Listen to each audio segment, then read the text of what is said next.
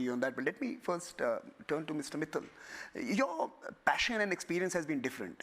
You have, for the last multiple decades, been determined to give every Indian a mobile phone and a digital connection. 1.3 billion Indians today. That's the scope of the challenge or the journey that you've undertaken. What have your learnings been in terms of bringing people together? Governments, international partners, communities. And what is the next generation Indian challenge? Once you have connected everyone, now how do we make them more, create value around this particular connection? So what is your journey, Sunil? Well, I operate, as you know, in countries which are woefully inadequate on infrastructure.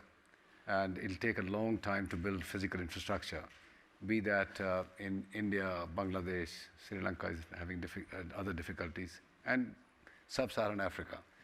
The only way we could have done this in an accelerated way to bring people together was by way of a digital highway. And that, thanks to our friends like Chuck here, the kit that they provide has become more and more efficient and powerful over the years. And we have then put in billions and billions of dollars as an industry put together. Maybe over $1 trillion by now across the globe, to build digital highways. And what that has done is remarkable connectivity and bringing people from the marginals into the mainstream of society, into the mainstream of economy. And more needs to be done. Advanced world, of course, now enjoys the benefits of connected world on the internet. Countries like Singapore or the US or the advanced world. But there is so much still to be done in our world. 27% of the less developed countries, LDCs, are on broadband highway today, just 27%. And the developed world was there 23 years back. So it's taken us so long and still we have not been able to do enough. Even developing countries are only 57% connected. So there's a long way to go. Telecom industry's estimates are about $430 billion to be spent by 2030 to create more highways. And now intervention is coming from space, it's coming from 5G, it's coming from all sides. Yet it looks like even by 2030, there will still be a large part of the world which will remain disconnected from the advantages of being on the internet and the world economy.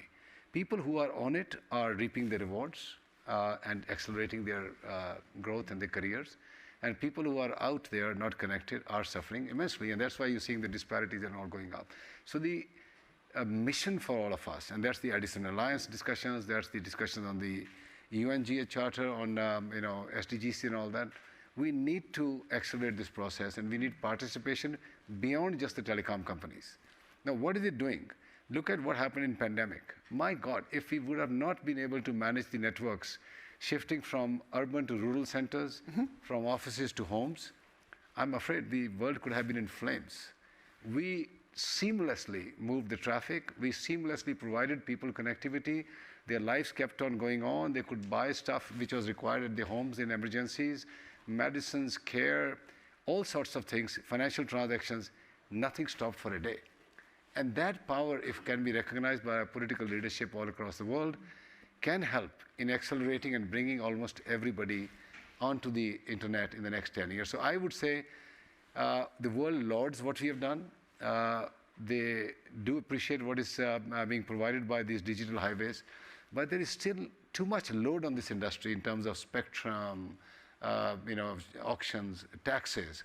And somehow, you hear all the right things, but in the end, you don't see the action from the governments going in the direction of taking a multiplier impact on societies or economies by way of more digital highways. So celebrated, but not necessarily collaborative. I think that's the point you're making. Let me ask you a quick follow-up though.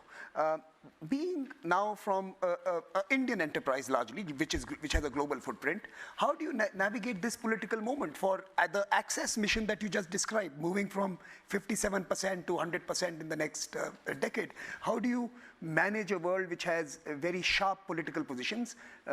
You have a bipolarity in terms of US-China, you have multipolarity with many others joining the political conversations. How does a business like yours navigate this political moment? Well, I think the world has become much more difficult. We didn't imagine that suddenly the supply chains of the world will be disturbed to a level that we are seeing today. And it's just not my industry. Almost everything from food to technology, everything is in some kind of disruption in supply chain.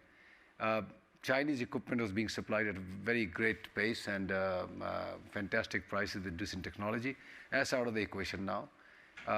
The space industry, which was very largely dependent on Russia, is out of equation now. You're not going to see Roscosmos launching anything for the Western world or the rest of the world for long years to come. So there has been dislocation of supply chain to a very high degree. Smart business people, companies which are agile, have tried to shift and move, but at very heavy cost. Today, the silicon is 30–40% more expensive than where we were. Devices which we thought will start to get cheaper so we can put more smartphones in the hands of poorer people is getting out of reach now. Devices are 30–40% higher now. It's gone into another side. So I really hope that we can bring back the supply chains of the world back to calm and sanity, where we can service our customers and our constituents. But we are into a serious conflict at the moment. And that's a good question for Brad, when I'll come to you.